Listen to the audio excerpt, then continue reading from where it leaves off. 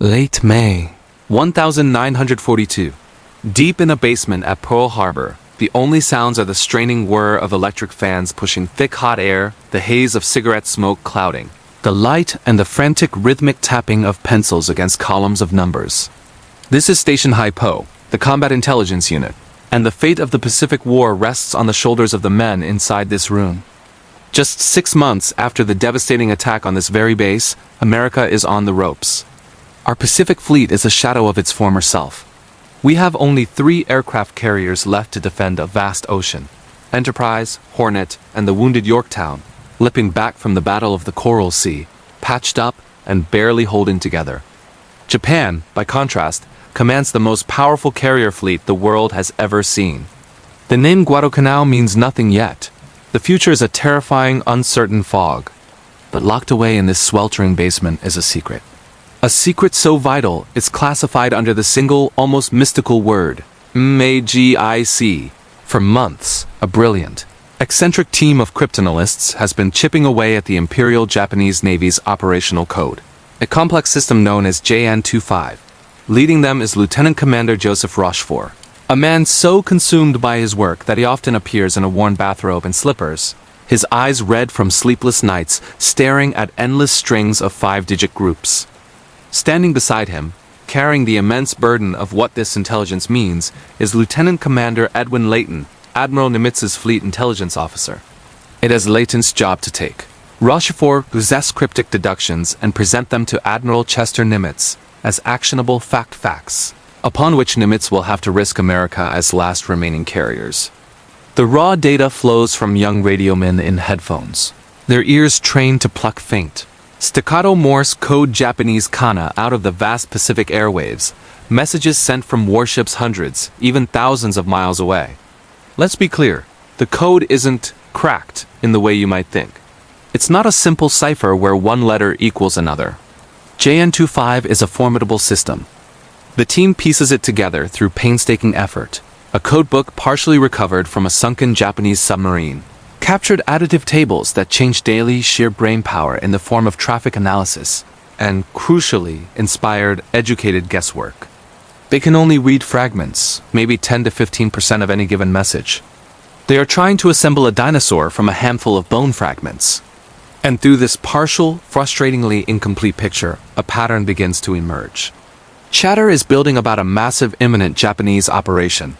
The target of this grand offensive is consistently referred to by a simple 2-letter designator, F. The High Command in Washington is convinced AF is in the South Pacific, maybe even the US West Coast. But Rochefort and his team at HYPO disagree. Based on the call signs of the Japanese ships involved and the flight patterns of their reconnaissance planes, they are certain AF is a tiny, strategically vital atoll right in the middle of the Pacific, Midway Island. But a hunch, no matter how strong, isn't enough to gamble the entire Pacific Fleet. Admiral Nimitz needs proof. So Rochefort and his team devise an audacious, brilliantly simple ruse. A plan worthy of a spy novel. They decide to use the Japanese themselves as the key. Under the cover of a secure undersea cable, they instruct the American base on Midway to broadcast an unencrypted plain language message. A message they know Japanese listening posts will intercept. The fake message is simple. Midway's freshwater distillation plant has suffered a critical breakdown. They are dangerously short of fresh water. Then they wait. The tension in the basement becomes unbearable. Every tick of the clock is an agony. They have laid the bait. The question is, will the enemy take it? If Japanese radio traffic repeats the lie, it will confirm that AF is indeed Midway. If not, Nimitz might send his carriers on a wild goose chase to the South Pacific, leaving Midway undefended and the path to Hawaii wide open. The entire strategy, the fate of the war, hangs on this single, desperate gamble. For 2 agonizing days, there is nothing but silence. The weight of the world presses down on the men in that room. Then it happens. A young radio man, listening intently, stiffens. He frantically scribbles down a new intercept from a Japanese outpost. The message is passed, hand to hand, its importance felt by everyone who touches it. It lands on Rochefort's desk. He stares at the translated fragment. The room goes utterly still. You can hear a pin drop over the hum of the fans. The Japanese message reports that AF is short of water. The ruse worked. Rochefort looks up, his exhausted face breaking into a rare, grim smile. Layton takes the message, his own hands trembling slightly. They have their proof. He turns to the massive wall map of the Pacific, where tiny pins represent the last hopes of the United States Navy. The trap is about to be set. Now the real decisions must be made. The intel was confirmed. There was no grand ceremony, no dramatic pause. In the stark reality of war, Admiral Chester Nimitz made his decision with the cold, hard calculus of a man betting everything he had. The orders went out immediately. The carriers Enterprise and Hornet, the core of America's remaining naval power in the Pacific, slipped out of Pearl Harbor and steamed toward a point in the vast empty ocean designated Point Luck. Their mission: to lay a trap. But the fleet was incomplete. The carrier USS Yorktown, a veteran of the Coral Sea, limped back to Pearl Harbor, grievously wounded.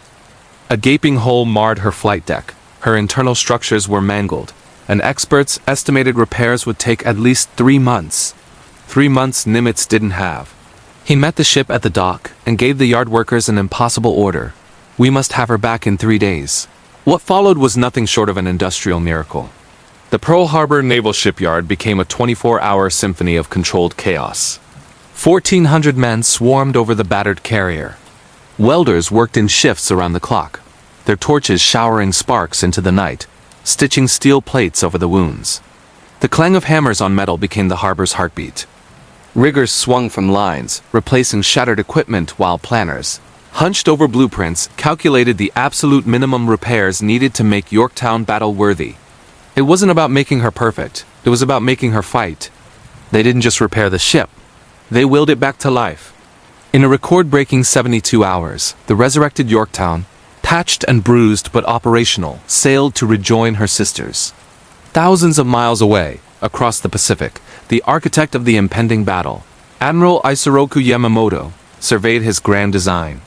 His plan was a masterpiece of complexity, a sprawling operation designed to crush the American fleet once and for all. It involved nearly 200 ships divided into multiple fleets.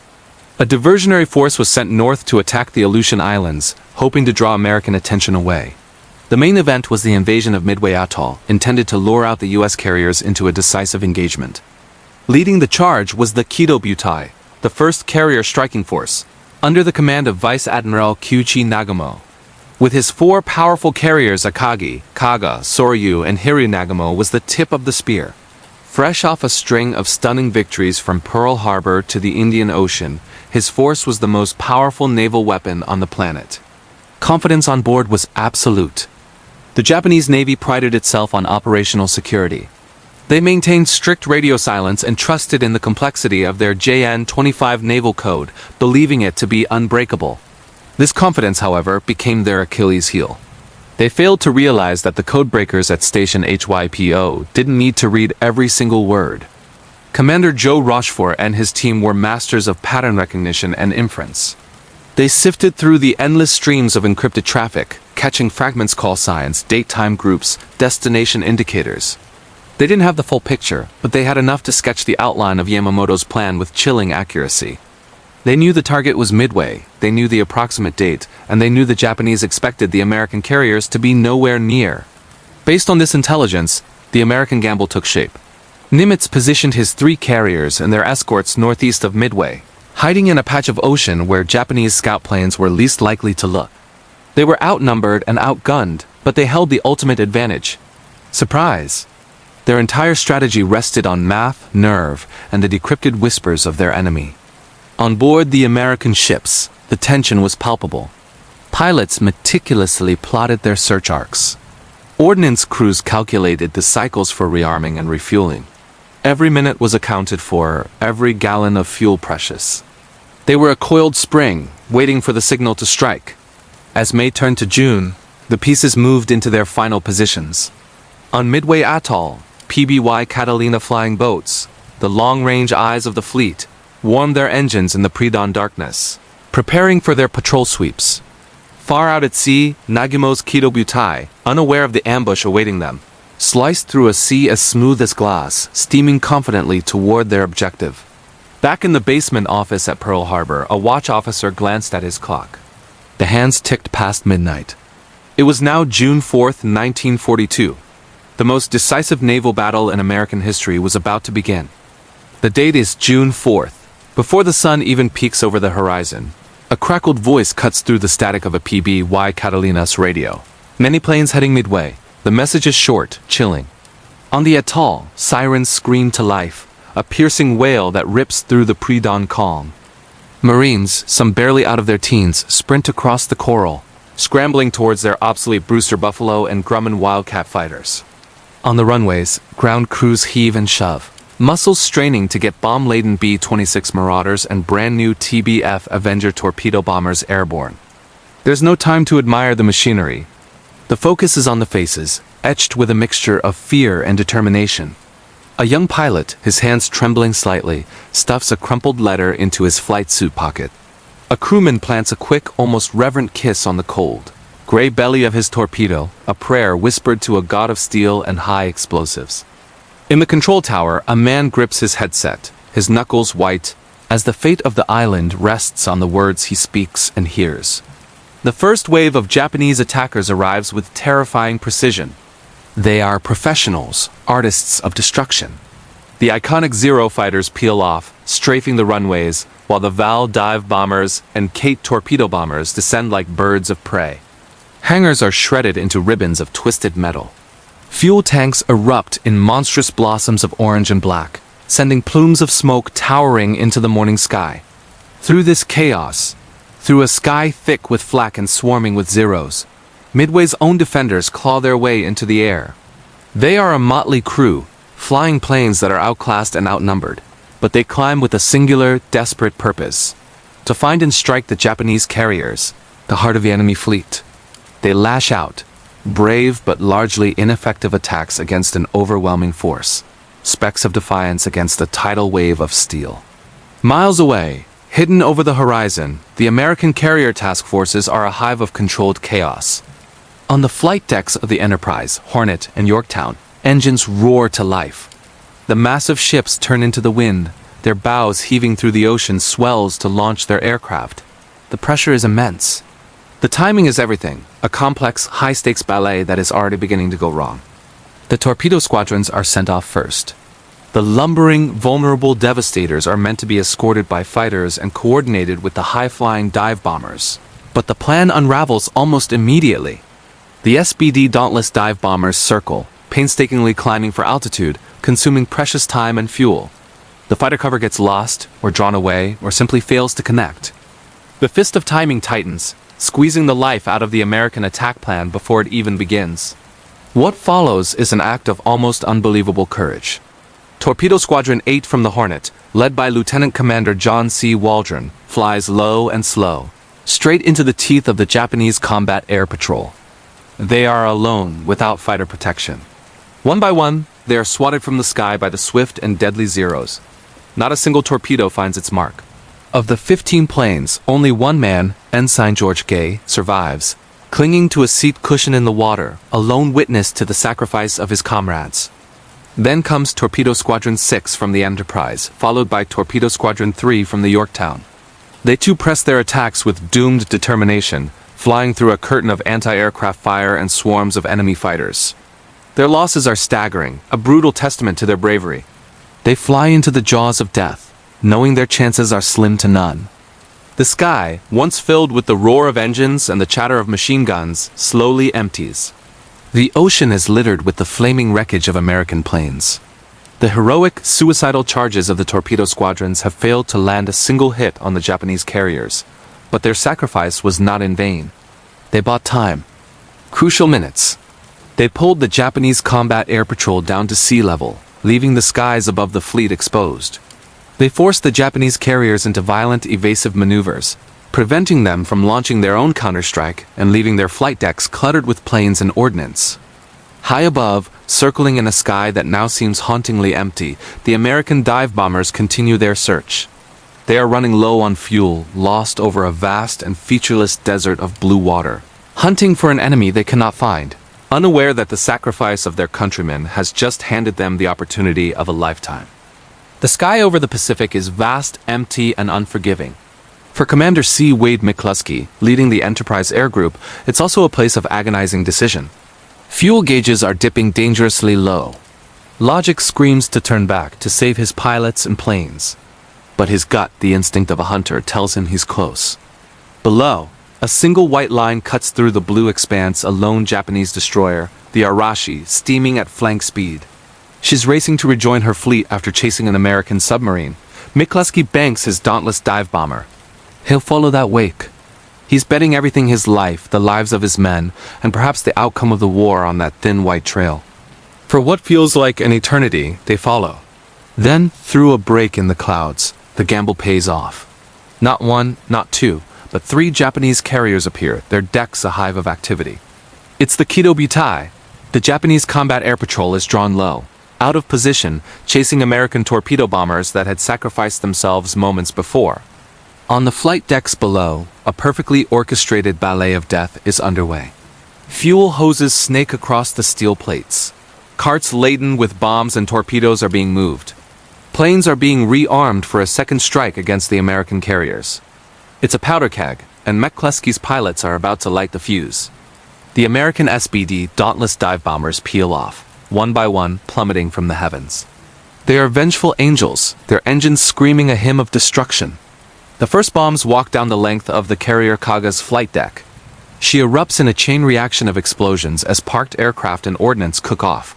It's a scene of industrial catastrophe. Next is the flagship Akagi. A single perfectly placed 1,000-pound bomb smashes through the flight deck near the center elevator. It detonates below in the hangar amidst fully fueled and armed aircraft. The blast ignites the ship's very heart, turning her into a floating inferno. Moments later, the Soryu suffers a similar fate, 3 direct hits transforming her into a funeral pyre. In less than 5 minutes, 3 of the 4 carriers that had attacked Pearl Harbor are burning wrecks. The roar of explosions gives way to an eerie, unnatural silence, broken only by the crackle of immense fires and the screams of men. The balance of naval power in the Pacific has just been rewritten. But the battle isn't over. One Japanese carrier, the Hiryu, escaped the initial onslaught. Under the command of the fiercely determined Rear Admiral Taman Yamaguchi, she launches a swift and furious counterpunch. Her dive bombers find the American carrier Yorktown and score 3 direct hits. The ship is badly wounded, smoke pouring from her stacks. Yet her damage control teams are masters of their craft. In an astonishing display of discipline and efficiency, they patch her up, douse the fires, and get her moving again. To the Japanese pilots, it looks as if the Americans have a fresh carrier on station. Hiryu strikes again. This time, her torpedo planes, the deadly Kates, press home their attack through a storm of anti-aircraft fire. 2 torpedoes slam into the Yorktown side, ripping open her hull. The damage is catastrophic. Her list increases rapidly, power fails, and the order is finally given: abandon ship. The heroic carrier, which had fought so bravely from the Coral Sea to Midway, is left crippled and dead in the water. But the Yorktown's sacrifice was not in vain. Her own scout planes, before she was hit, had found the Hiryu. Now, late in the afternoon, a composite force of American dive bombers from Enterprise and Hornet rises to meet the last Japanese carrier. They find her, and the dive bombers once again plunge downwards. Bombs tear into Hiryu's flight deck, turning her into a blazing torch just like her sisters. As the flames consume his flagship, Admiral Yamaguchi makes a final decision. He will go down with his ship. He and the ship's captain tie themselves to the bridge, sharing a last cup of water as the fire rages around them. As darkness falls, the Pacific is a hellscape. The sea is streaked with oil and dotted with the flickering lights of burning ships. Thousands of sailors, both Japanese and American, struggle for life in the dark, churning water. Far away, aboard his flagship, the Yamato, Admiral Isoroku Yamamoto receives the devastating reports. The pride of his fleet is gone. The linchpin of his grand strategy has been shattered. He picks up a pencil. With a heavy heart, his hand hovers over the charts of the Central Pacific. Then, with a slow, deliberate motion, he draws the line indicating a general withdrawal. The most decisive naval battle of the war is over. Dawn breaks on June 5, 1942.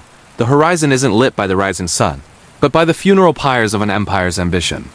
Where just yesterday the Imperial Japanese Navy's might steamed across the Pacific, there is now only wreckage and ruin. Akagi, Kaga, Soryu, Hiryu, 4 fleet carriers, the sharpest point of Japan's spear, are gone. More importantly, hundreds of their irreplaceable veteran aircrews are gone with them, lost to the deep. The tide of war, which for 6 months had flowed irresistibly in one direction, has just turned. The great Japanese offensive arc is broken. From this moment on, the strategic initiative in the Pacific begins to shift, tilting, however slowly, toward the United States. This was the pivot point, the moment everything changed. But how? How did a cornered and outnumbered American force achieve such a stunning victory? The answer wasn't just found in the cockpits of dive bombers or on the decks of carriers. It began months earlier in a stuffy, windowless basement in Pearl Harbor, a place codenamed Station HYPO. Now, let's be clear, breaking codes didn't drop the bombs. But it put the American bombers in the right patch of sky on the right morning to find their targets. It was a masterpiece of intelligence, a convergence of different streams of information. It started with partial decrypts of the Japanese naval code, JN25. These gave analysts fragments, whispers of a major operation. Then came traffic analysis, not what was being said, but who was talking to whom, and how often. The patterns revealed a massive fleet gathering, pointing to a significant upcoming strike. But the key was a brilliant, simple deception. American cryptanalysts, led by the quiet and eccentric Joseph Rochefort, believed the target, codenamed AF, was Midway. But officials in Washington were skeptical. They thought it could be Hawaii or even the West Coast. To confirm, Rochefort's team arranged for the garrison at Midway to send an unsecured radio message, complaining that their freshwater condenser was broken. A few days later, a Japanese intercept was decoded. It read, "AF is short on water. The trap was set. The ambush was on." This intelligence coup, combined with the miracle of repairing the carrier USS Yorktown in just 72 hours, and the sheer raw courage of the pilots who flew into a storm of anti-aircraft fire, is what produced the victory. The story isn't a simple one of heroes and parades. Rochefort, the architect of this intelligence triumph, was a quiet, unassuming man who preferred slippers to spit-shine shoes. His genius was met with bureaucratic jealousy, and he was later sidelined, denied recognition for decades. The work of Station HYPO remained one of the war's most closely guarded secrets for years, its analysts hidden from public view, their contributions known only to a select few. They were the invisible architects of victory, their weapon a sharp mind and a well-reasoned guess. But the impact of their work echoed far beyond Midway. Because those 4 Japanese carriers were at the bottom of the sea, the brutal 6-month struggle for Guadalcanal became possible. The US could finally go on the offensive. And the codebreaking didn't stop. Station HYPO and other units continued to read Japanese naval traffic, mapping out convoy routes for American submarines, pinpointing patrol lines, and in one of the most famous intelligence feats of the war, providing the exact flight itinerary for Admiral Isoroku Yamamoto, allowing American fighters to intercept and shoot down his plane. So let's return for a final moment to that basement in Pearl Harbor. The battle is over, but the war is not. The room is still thick with smoke, the ashtrays are still overflowing, and the operators are still hunched over their machines, filing the latest batch of intercepts. The world outside has fundamentally changed because of what happened in this room, but for the men here, the work continues. The war is still very far from over, but thanks to them, it's a different war now. A war that can be won. If stories of these invisible decisions made in unsung rooms, where codes and courage collide to change history, are what you find fascinating, then make sure you subscribe. We have many more untold stories from World War II to share. Thanks for watching.